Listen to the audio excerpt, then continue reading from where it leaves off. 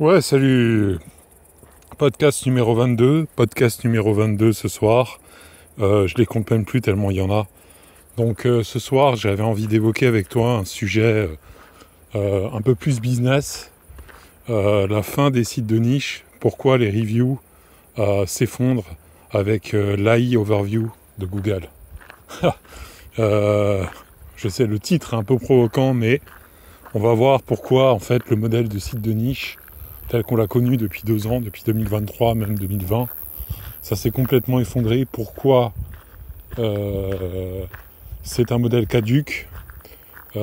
Pourquoi en fait si ton site n'apporte aucune valeur ajoutée au-delà de l'IA, tu peux faire quick pan et retourner dans la niche. J'ai plein de détails croustillants à te raconter dans ce podcast. Et surtout, n'hésite pas à t'abonner à mon podcast. C'est des discussions sans filtre. C'est William Lofcam. Et on est toujours dans le concept de marche dans la nature, marche nocturne précisément. Donc si tu entends le bruit de mes pas, c'est logique. Et on parle sans filtre, sans tabou. On va à l'essentiel, on est naturel. Donc n'hésite pas. Hein. Et si tu as vraiment envie de me contacter, il y a un Calendly sur mon site les4sig.com. Bientôt, je mettrai les liens sous la vidéo. J'ai encore quelques petits soucis techniques. Et puis, je gère plein de projets en ce moment. Donc, c'était la dernière de mes priorités de mettre des liens sous ma chaîne YouTube. Je voulais vraiment me concentrer sur d'autres projets que j'ai actuellement en cours. Beaucoup plus importants. Mais là, allons-y.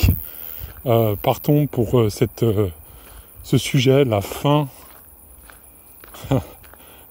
des sites de niche en SEO et pourquoi les reviews s'effondrent avec l'AI Overview. Alors, je te donnerai bien sûr des pistes à la fin, comme tu sais, comme tu commences à me connaître maintenant, je te donnerai quelques pistes, quelques inspirations qui t'aideront à explorer plus loin les possibilités pour contrer tout ça. Alors, je pense que on vit vraiment quelque chose de pas nouveau dans le SEO. Au final, rien n'a changé. À part qu'on vit une révolution avec... Alors, il faut que je replace quand même le contexte. Je vais parler d'abord du contexte. Je vais te parler ensuite de l'interprétation que j'en fais et te donner des solutions à la fin. Donc, on va parler du contexte. Donc, aujourd'hui,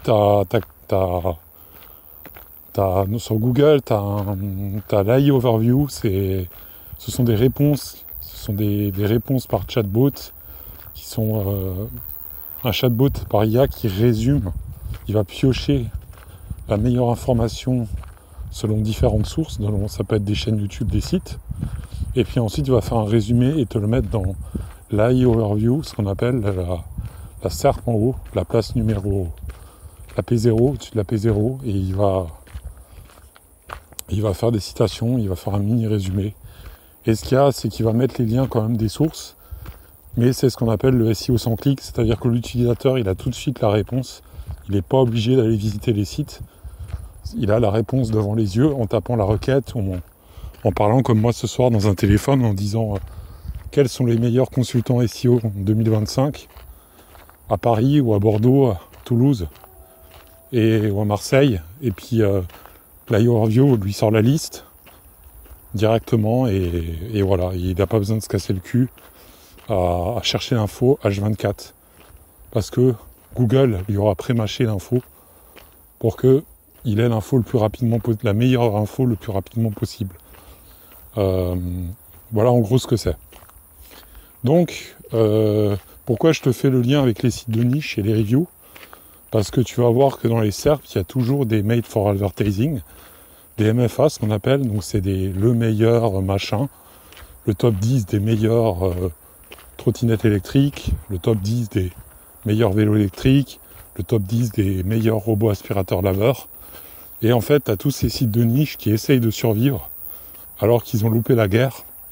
Aujourd'hui, le SEO a beaucoup évolué et il faut que tu sois, je pense, un média. Alors là, c'est mon interprétation. Je rentre déjà dans mon interprétation. On y reviendra après. Il faut déjà que tu sois un média, je pense, pour survivre. Mais revenons-en au fait que tu as beaucoup de gens qui sont restés dans cette strate. Alors, soit ça se matérialise par du Google Discover, où tu as très peu de gens qui gagnent sur Google Discover en réalité. Et c'est hyper compliqué de mettre des stratégies en place. C'est pas simple, c'est un métier. Je dis pas que tu ne peux pas gagner d'argent avec Google Discover.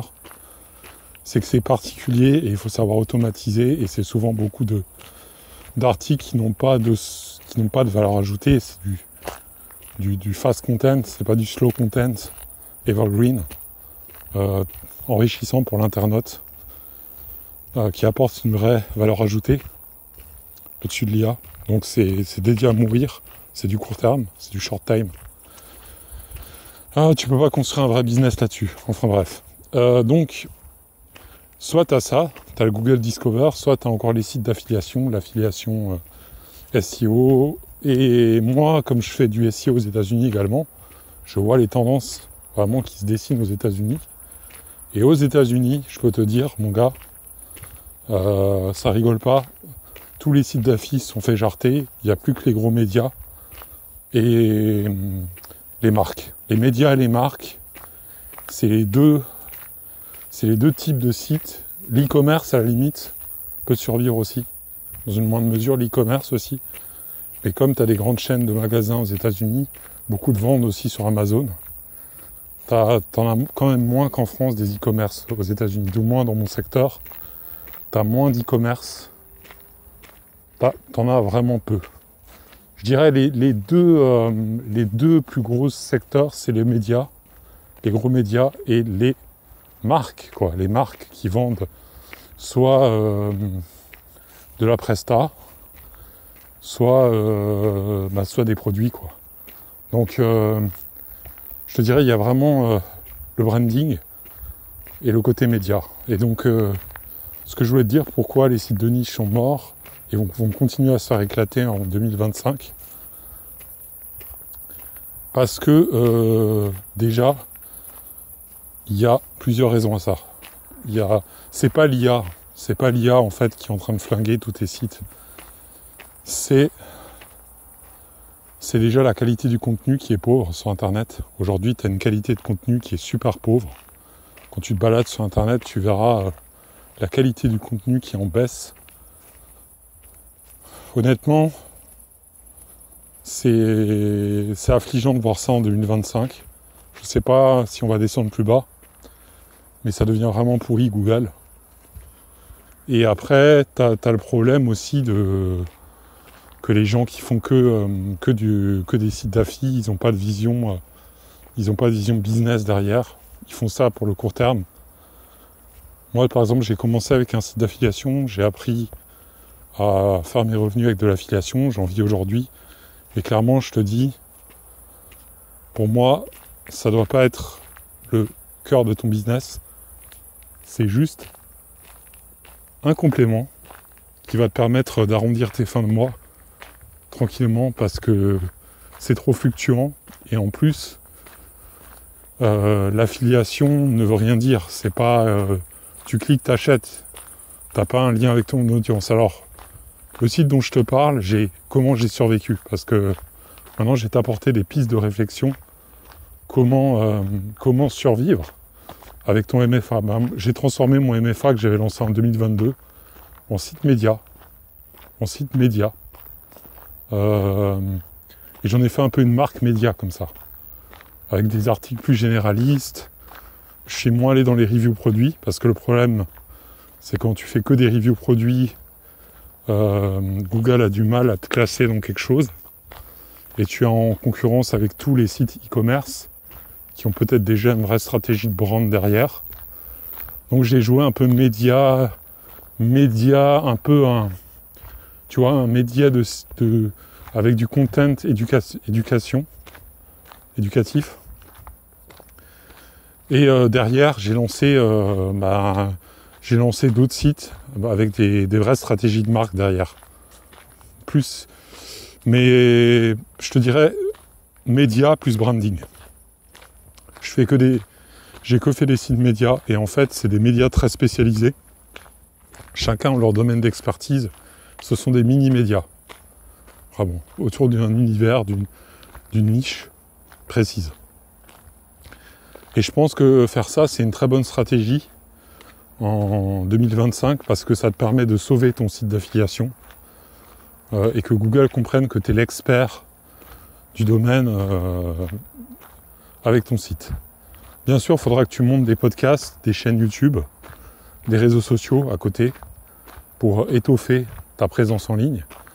Mais déjà, si tu fais ça, il n'y a presque aucune chance que ton site va se prendre une rouste puisque tu pars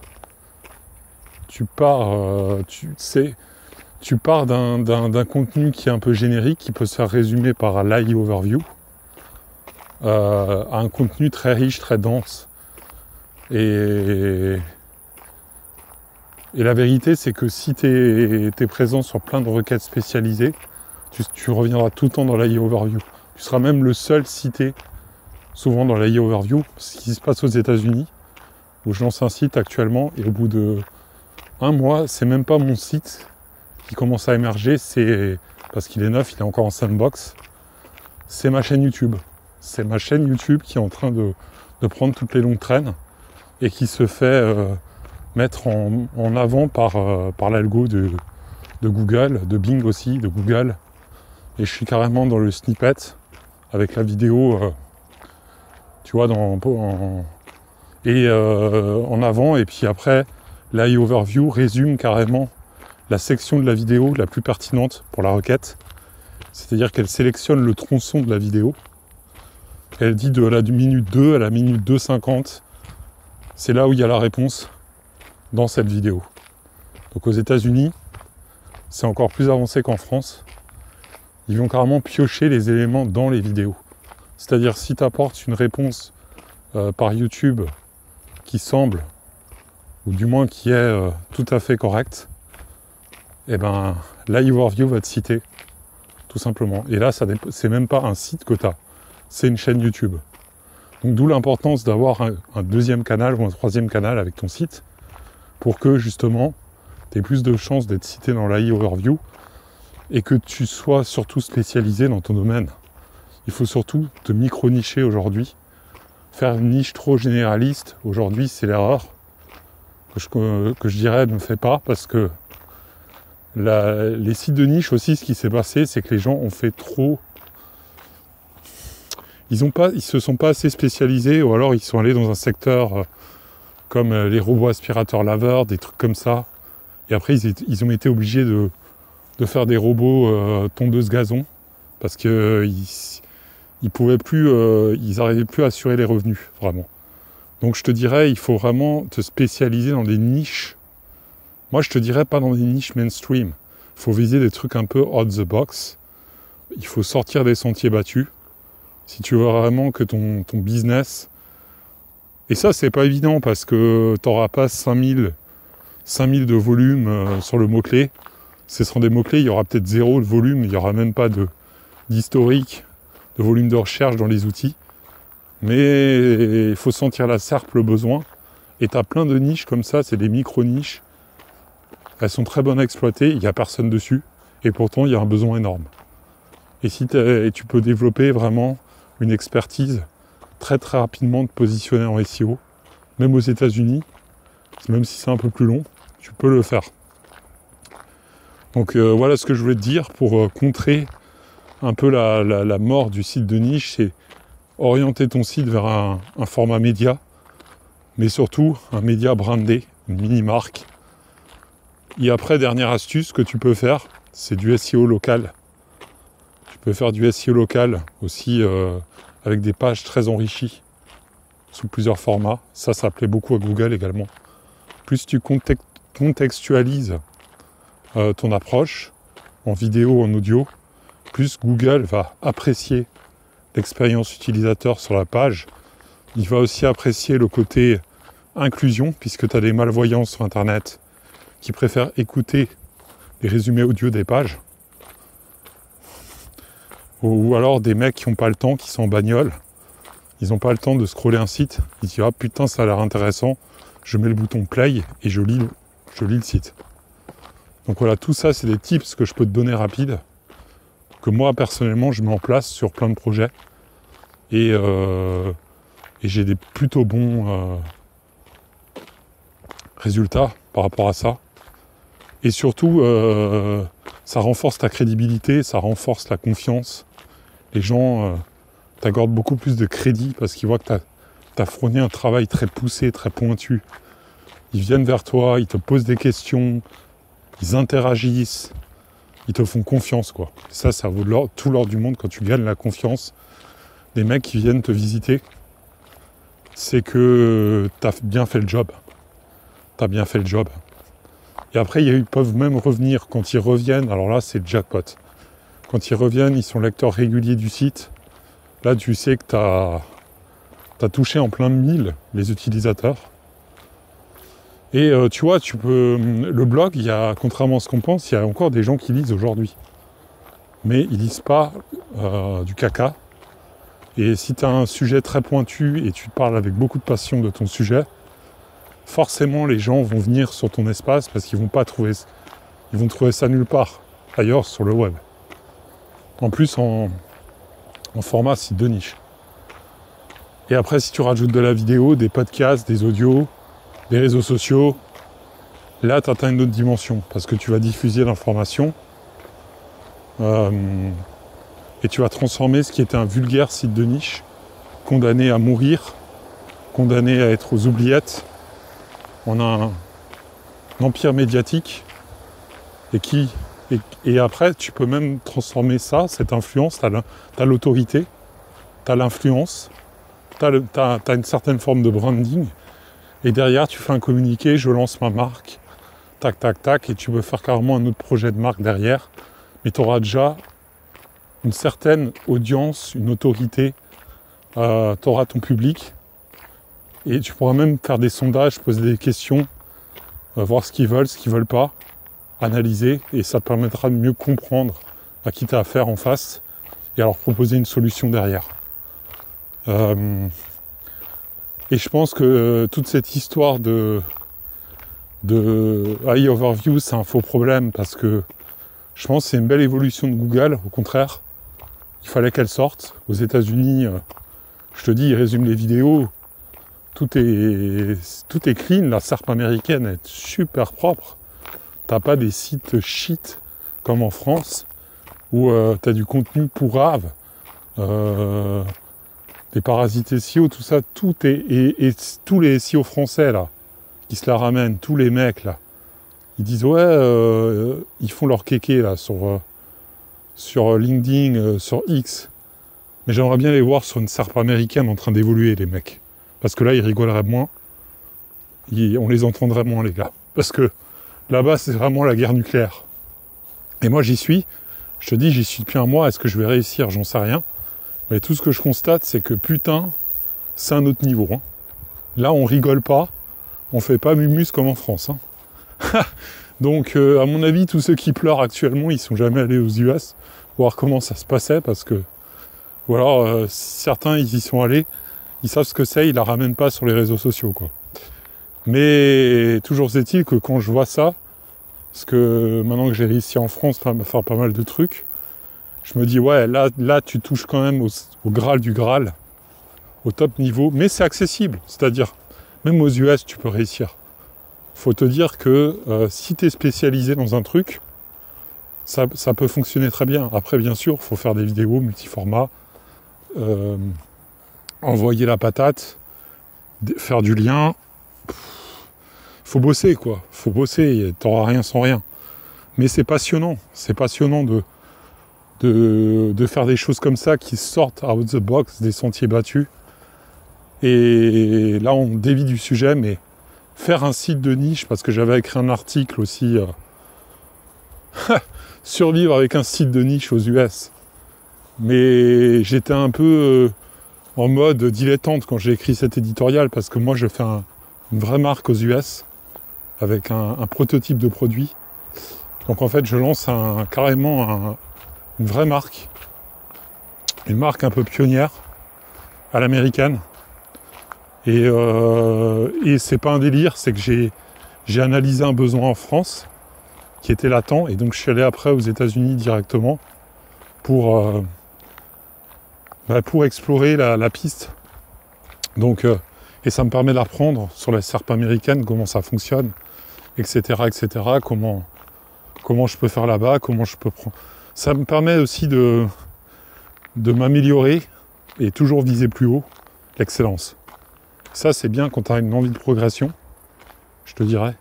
Et si j'ai un seul conseil à te donner, c'est qu'aujourd'hui, et là je vais continuer mon topo, des sites d'affiliation avec des longues reviews de 2000 mots, avec des FAQ à la fin, avec des émoticônes, des emojis dans le texte. Tout ça, c'est fini. Les mecs veulent plus lire des pavés. Les mecs, ils veulent avoir l'info. Ils veulent avoir l'info en face d'eux, résumé, directement. Ils veulent... Après, bien sûr, tu peux faire ton analyse, mais tu peux faire des white papers, tu peux faire des documents PDF à télécharger. Il y a plein de moyens de rendre sexy l'info. Mais toutes ces histoires-là, de faire les reviews, les longs pâtés de texte, avec les images faites par IA dégueulasses, mais dégueulasses. Tous ces sites crado là, de MFA, là, je vous dis, vous allez mourir. Vous allez tous mourir. Parce qu'en fait, vous n'avez pas de stratégie, pas de vision long terme derrière. Vous n'avez pas une vision média branding, minimum média. Minimum faire un site média spécialisé pour que tu deviennes une autorité dans ton domaine et que les gens viennent chez toi puiser des infos, des conseils, faire du consulting. Mais même pas ça leur traverse l'esprit aux gars qui se lancent dans des sites de niche et qui veulent rafler 3 commissions Amazon. Même pas ça leur vient à l'esprit. Donc je sais pas, moi je trouve ça... Moi je dis que c'est une bonne nouvelle que ces sites-là disparaissent des SERP parce qu'ils apportent rien. Ils apportent absolument aucune valeur ajoutée. C'est juste de la paraphrase, du marketing LinkedIn, du storytelling creux. Et je te dis, si tu veux survivre à ce raz-de-marée, fais les choses propres, bosse correctement. Il se passera rien du tout, quoi. Qui est AI Overview, qui est notre techno, qu'est-ce que ça va faire? Ton blog, c'est sérieux, c'est appliqué, il n'y a pas des images crado, des reviews de 2000 mots éclatés, avec des images faites par IA, et des FAQ à la fin, qui ne servent à rien, aucune personne ne va lire ça.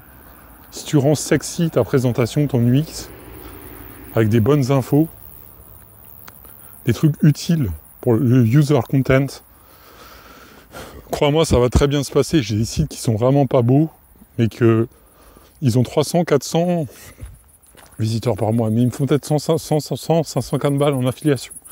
Et alors, c'est utile, il y a des gens, ils me posent des questions, il y a des commentaires, il y a des gens qui viennent chez moi sur les pages me poser des questions, je réponds.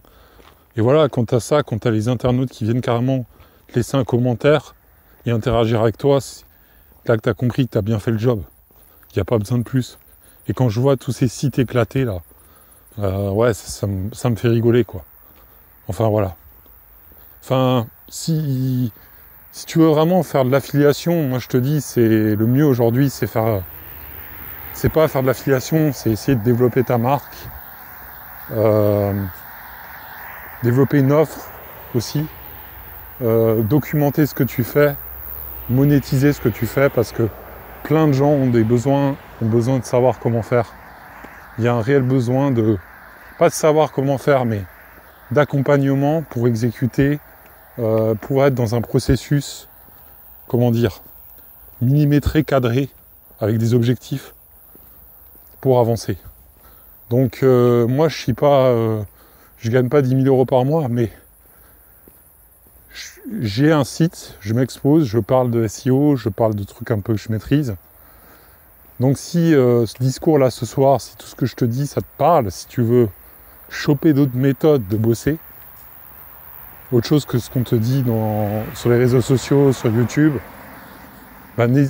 contacte-moi, surtout contacte-moi, et on parle vrai. Moi je te parle sans filtre, je te parle on-cam, pas off-cam, comme je le fais actuellement avec un tourne-disque framboise. Là tu auras un autre vinyle, mais il aura ma tête, et crois-moi que ça va envoyer un son que tu n'auras jamais entendu, sur les réseaux sociaux où ils jactent tous sur la satisfaction mais pas la performance. Donc je t'invite à me rejoindre, les4cycles.com, il y a un Calendly, tu t'inscris et là on va parler. Et si tu es plus avancé que moi, je prends aussi, parce que j'adore rentrer en contact avec des gens de divers horizons. Donc en tout cas, si tu as envie de rencontrer l'authentique, de parler vrai, contacte-moi, les4cycles.com. T'as un Calendly, tu t'inscris et on est parti. Je te souhaite une belle soirée et je te dis à bientôt.